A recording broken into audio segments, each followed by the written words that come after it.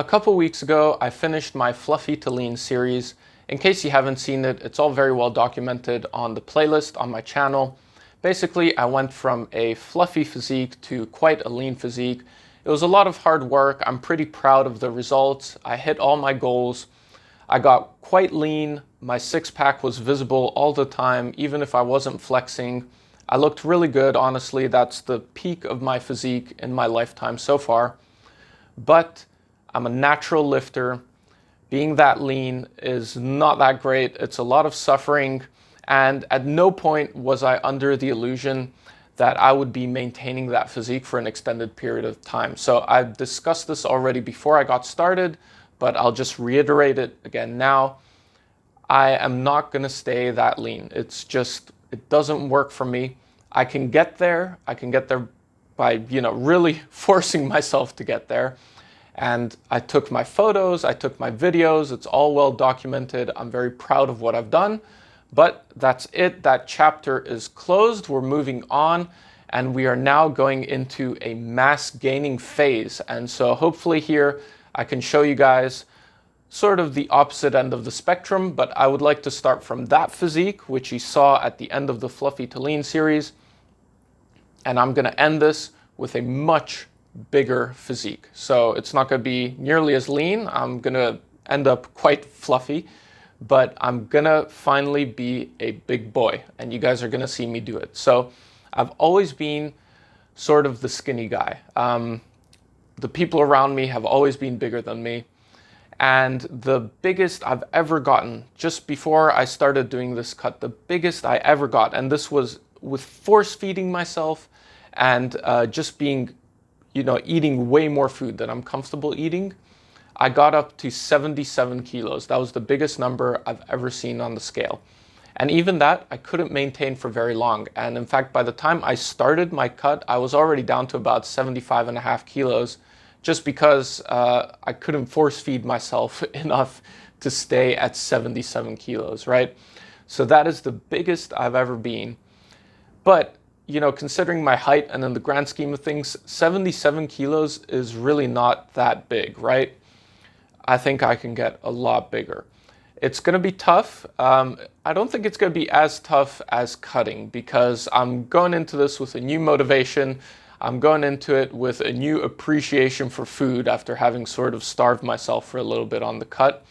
And I'm going to get up to, here it is, a minimum of 85 kilos. So that's over 11 kilos away from where I am right now. I've already put on a couple kilos since I stopped my cut.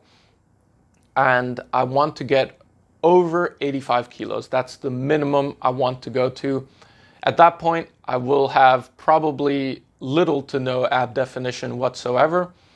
And that's why I'm calling this video Bye Bye Abs, because I'm going to have to get that through my skull, that I'm going to have to say bye to my abs. So I've always been pretty proud of my abs. Ever since I started working out, I've had a visible six-pack all the time. And I'm thinking that might have held me back a little bit in terms of my mass, right? So this time around on this bulk, I'm very determined. I'm going to get much bigger than ever. You guys are going to see me do it. And I'm going to have to say goodbye to the abs in order to achieve that, but it's going to be worth it in the long run. So here's the thing, right? I'm a natural lifter. I'm not injecting my ass with anabolic steroids every day. If I was, I could probably maintain this shredded physique and be making gains from there and, be getting stronger from there. But since I'm natural, that doesn't work for me. And it probably doesn't work for you either if you're natural. So the best way, I think, for me to put on mass is to be in a calorie surplus, a solid calorie surplus for an extended period of time. So the longest bulk I've ever done at the moment was like 3 or 4 months. And now it's going to be much longer than that. It's going to probably go to the end of 2022. And maybe even beyond. So we'll see. The thing is, I'm going to have to bulk through the summer, which is going to be sort of bittersweet. It's going to be nice because obviously during, summer is when we go out a lot, you know, we go out with friends, we go to eat, and so it's going to be absolutely fantastic to just be eating and not be worrying about having a super strict diet. So I'm going to enjoy that part. What I'm not going to enjoy so much, but I'm just going to have to suck it up, is going to the beach in a fluffier state. So I live quite close to the beach, and I like to go to the beach often, and I like to look good on the beach. But if I'm going to be bulking through the summer, then I'm going to be a fluffy boy on the beach. But I'm just going to have to accept that. If I'm going to be training for the rest of my life, then maybe it's worth it to just be a bit fluffier this one summer and really pack on a lot of mass. And then summer 2023, the results will shock you.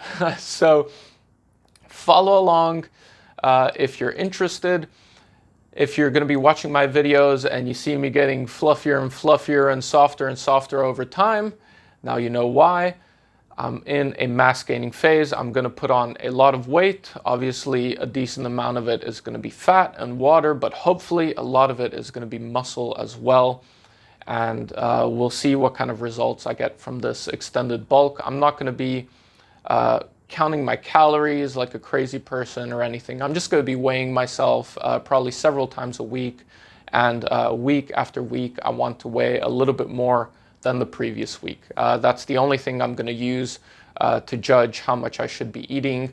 I did plenty of calorie counting during my cut, and I'll do plenty of calorie counting during my next cut. But while I'm bulking, I'm really just going to enjoy the food that I'm eating.